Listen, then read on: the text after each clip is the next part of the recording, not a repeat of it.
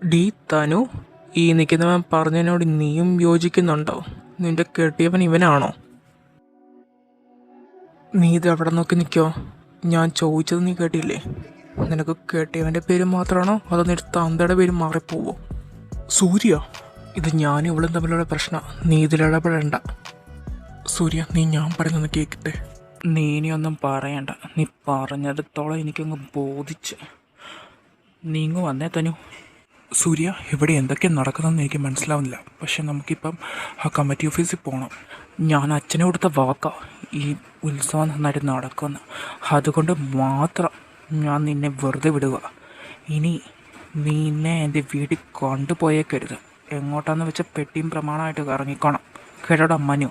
പിന്നെ നിന്നോട് ഈ നിൽക്കുന്നവള് എൻ്റെ കെട്ടിയവളാ. നിനക്കെന്നെ കേട്ടാന്നുള്ള ആഗ്രഹം വല്ല നിൻ്റെ മനസ്സിലുണ്ടെങ്കിൽ അതൊക്കെ മായ്ച്ച് കളഞ്ഞേരെ. വേഗം തന്നെ അപ്പനെയും കൊണ്ട് പൊക്കോണം. സൂര്യയുടെ കല്യാണം കഴിഞ്ഞായിരുന്നു. ഞാനിതിപ്പോൾ വീട്ടിൽ പറഞ്ഞ എൻ്റെ അച്ഛൻ്റെ പ്ലാനൊന്നും നടക്കത്തില്ല. ആ കിളവൻ്റെ സ്വത്തുക്കളും കിട്ടത്തില്ല. തനു, നീ വിഷമിക്കാതെ. സൂര്യേട്ടനാണെങ്കിൽ അപ്പോഴത്തെ ദേഷ്യത്തിന് പറഞ്ഞതായിരിക്കും. പിന്നെ ഞങ്ങൾ ഈ ഒരു ദിവസം മാറുന്നപ്പോൾ ഇതെന്തൊക്കെയാണ് നടക്കുന്നത്? ആരാ പെൺകുട്ടി? ഞാൻ നിന്നോട് എല്ലാം പറയാം. നീ വീട്ടിലേക്ക് നടക്കുക. അമ്പലത്തിലേക്കാന്ന് പറഞ്ഞിട്ട് നീ എന്താടാ എന്നെ ഈ കുളിക്കടവിലേക്ക് കൊണ്ടുവന്നേക്കുന്നത്? എന്താ അവിടെ തിരക്കില്ലേ? അമ്പലത്തിലെ കാര്യം അവിടെ നിൽക്കട്ടെ. അത് അത്യാവശ്യം ചെയ്യേണ്ട കാര്യങ്ങളൊക്കെ എൻ്റെ 2 സുഹൃത്തുക്കളെ ഞാൻ ഏൽപ്പിച്ചിട്ടുണ്ട്. സത്യത്തിൽ ഇന്ന് നടന്നത് എന്താ നിന്നോട് നീ ഒന്ന് പറ. വാട്ട്? നീ ഇതെന്തൊക്കെയാണ് പറയുന്നത്? എൻ്റെ പൊന്നു തനു, അങ്ങനെ ഒരാൾക്ക് വാക്ക് കൊടുക്കാൻ പറ്റുമോ? ആ മുത്തച്ഛൻ്റെ തലയ്ക്ക് വല്ല ഓളവാണോ? സൂര്യേട്ടനോട് ചോദിക്കണ്ടേ എന്താ എങ്ങനെയാന്നൊക്കെ. ആ, നീ വീട്ടിൽ പോയ ദിവസം ഈ വീട്ടിൽ ഇതൊക്കെയാണ് നടന്നത്. ആ പെണ്ണിനെ എനിക്കത്ര പിടിച്ചിട്ടില്ല.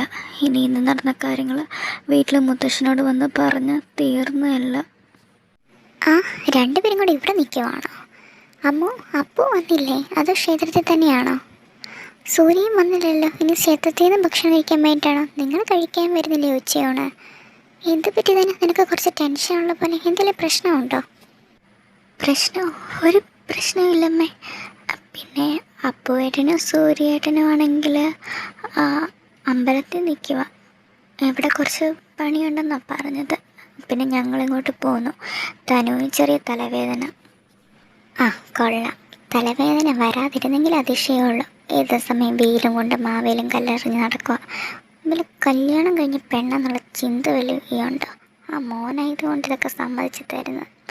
എന്തായാലും രണ്ടായതും കൂടെ വാ, കഴിച്ചിട്ട് നീ കുറച്ച് റെസ്റ്റ് എടുക്കേണ്ട തനു.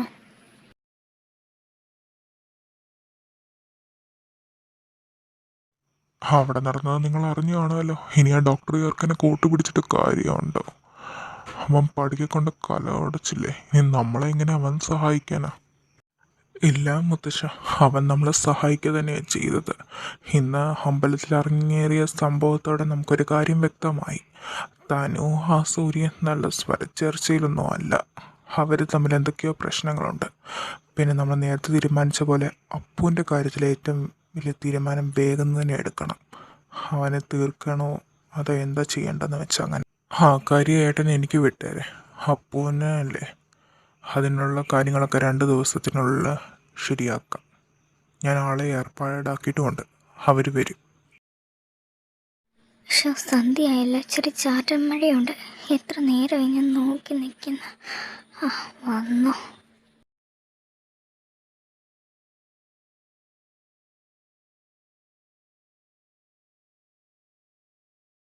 ഒരു മൈൻഡിലല്ലോ. ദേഷ്യത്തിലാണോ? എന്തായാലും സോറി പറയണം.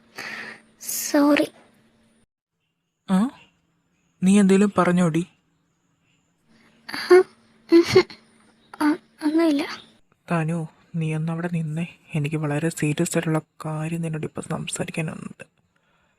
എൻ്റെ നിലയ്ക്കും വിലയ്ക്കും ചേർന്നവളാണ് നീ എന്ന് നിനക്ക് തോന്നുന്നുണ്ടോ?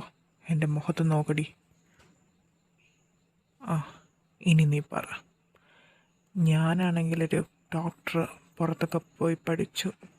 പക്ഷെ നീ ആണെങ്കിൽ വെറും ഒരു ഫൈനൽ ഇയർ സ്റ്റുഡൻറ്റ്. നിനക്ക് തോന്നുന്നുണ്ടോ? നിന്നോട് ഇവിടെ കിടന്ന് മോങ്ങാനല്ല ഞാൻ പറഞ്ഞത്. ഞാൻ ചോദിച്ചതിന് എനിക്ക് വ്യക്തമായ ഉത്തരം വേണം. പറ. അല്ല, സൂര്യേട്ടന് ചേരുന്നത് ഇന്ന് മുത്തശ്ശൻ്റെ കൂടെ വന്ന ആ കുട്ടീനെ പോലെയുള്ളവരാ. ഓഹോ, അങ്ങനെയാണെങ്കിൽ നിന്നെ ഉപേക്ഷിച്ച് അവരെ കെട്ടുന്നതിൽ നിനക്ക് എതിർപ്പൊന്നും ഇല്ലല്ലോ, സന്തോഷമല്ലേ ഉള്ളൂ. ഒന്ന് താന്നു തന്നപ്പോൾ താനിത് പറഞ്ഞത് എങ്ങോട്ടാ പോകുന്ന? അപ്പം ഈ മാമ്പഴക്കള്ളിയുടെ മനസ്സിൽ ജലസൊക്കെ ഉണ്ട്. ഞാനങ്ങനെ പറഞ്ഞപ്പോൾ നിനക്ക് ബുദ്ധിമുട്ട് തോന്നിയില്ലേ? അതുപോലെ തന്നെയാണ് നീ ഇന്ന് ചെയ്തപ്പോൾ എനിക്കും തോന്നിയത്. ഇടി സ്നേഹത്തിൻ്റെ ക്ലാസ്സിൽ എനിക്ക് ഞാനൊരു ഡോക്ടറാണ്, നീ ഒരു സാധാരണ സ്റ്റുഡൻ്റാണ്, അങ്ങനെയൊന്നുമില്ല. എനിക്ക് നിന്നോട് അഗാധമായ പ്രണയം തന്നെയാണുള്ളത്. ഞാൻ സത്യ തനു പറഞ്ഞത്.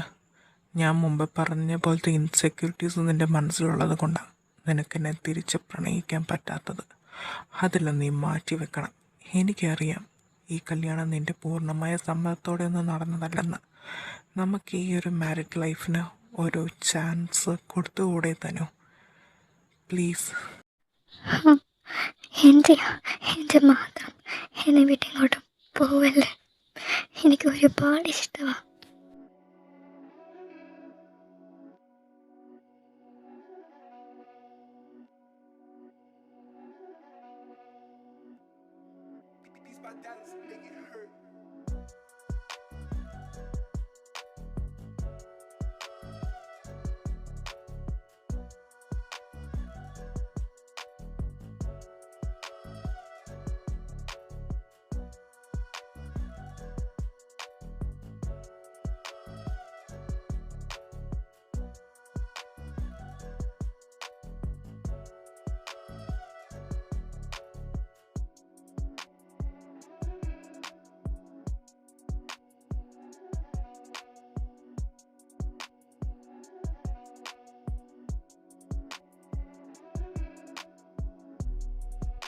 ഇന്ന് എൻ്റെ പെണ്ണ് നല്ല ഫോമിലാണല്ലോ.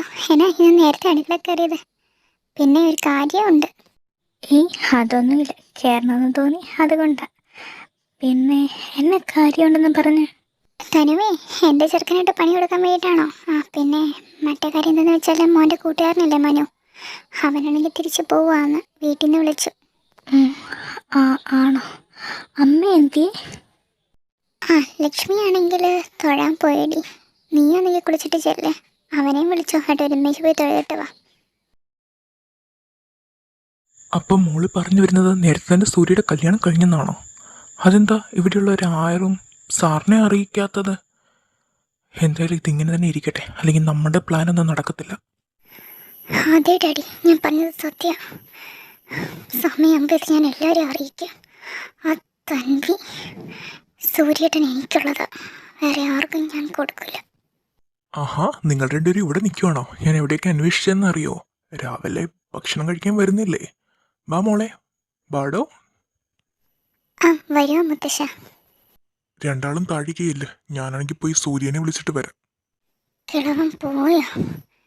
ഡാഡി, നമ്മൾ പറഞ്ഞത് കേട്ട് കാണുമോ? ഏയ്, അതൊന്നും കേട്ട് കാണില്ല മോളെ.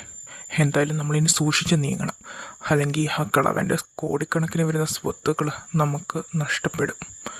ആദ്യം സൂര്യനെ വലയിലാക്കണം. സൂര്യനെയും തന്മീനെയും തമ്മിൽ തെറ്റിക്കാൻ എനിക്ക് വേണ്ടത് എന്താണെന്ന് വെച്ചാൽ അതുപോലെ ഞാൻ ചെയ്തോളാം. ഡാഡി ആ കാര്യത്തിൽ വിഷമിക്കേണ്ട. 3 ദിവസത്തിനുള്ളിൽ എല്ലാം ശരിയാകും. ഭക്ഷണമൊന്നും വേണ്ട, എത്ര നേരെ കിടന്നുറങ്ങുന്നു. ഇതെന്തോ ഇത്? നാണമില്ലേ? നാണമോ? ഇല്ല. ഉണ്ടോ നിൻ്റെ കയ്യിൽ? ഈ കുറച്ച് കുപ്പിയിലിട്ട് എൻ്റെ റൂമിൽ കൊണ്ട് വെച്ചേരെ. ഇങ്ങനെ കൊണ്ട് ഞാൻ വല്ല മാങ്ങാച്ചാറിൽ വിമ്മ കലക്കി തരും ഞാൻ. പിന്നെ മുത്തശ്ശൻ വല്ലതും കണ്ടിട്ട് എന്തെങ്കിലും വിഷയമായ പിന്നെ എന്നോടൊന്നും വന്ന് പറഞ്ഞേക്കരുത്. വേഗം ഡ്രസ്സ് മാറി താഴേക്ക് വാ. അത് നിൻ്റെ കിട്ടിയവനായി ഞാൻ നോക്കിക്കോളാം, നീ പേടിക്കണ്ട കേട്ടോ. സൂര്യ, ഞാനാണെങ്കിലും നിന്നെ അന്വേഷിച്ച് നിന്റെ റൂമിൽ പോയായിരുന്നു. അപ്പോഴാ പറഞ്ഞത് നിന്റെ റൂമിൽ എന്തോ ഷവർ വർക്കാവുന്നില്ല, നീ കുട്ടിയുടെ റൂമിൽ വന്ന് കുളിച്ചെന്ന്. മോനെ, കല്യാണത്തിന് മുമ്പാണെങ്കിൽ എങ്ങനെ ചെയ്യുന്നതൊക്കെ തെറ്റാ. എന്തെങ്കിലും ഒരു കാരണം വന്ന് നിന്റെ കല്യാണം മുടങ്ങിയാലോ? പിന്നെ തനു എന്ന് പറഞ്ഞ ഈ കുട്ടിക്കും പെരുദോഷം കേൾപ്പിക്കാൻ എളുപ്പമാണ്. അതുകൊണ്ട് നീ ഇങ്ങനെ ചെയ്യരുത്. അങ്ങനെയൊന്നും ഉണ്ടാവില്ല അച്ഛാ. ഞാനാ സൂര്യയോട് പറഞ്ഞത് ഇങ്ങോട്ട് വന്നോളാൻ. പിന്നെ നീ ഡ്രസ്സ് ചേഞ്ച് ചെയ്തിട്ട് വേഗം താഴേക്ക് വാ മുളത്തനു. ഒരു കാര്യം ഞാൻ പറഞ്ഞേക്കാം, നിന്റെ നന്ദച്ചൻ കാരണമാണെങ്കിൽ എൻ്റെ മോളുടെ ജീവിതം ഇങ്ങനെയായി. കുറേ നാളവർ പിരിഞ്ഞു.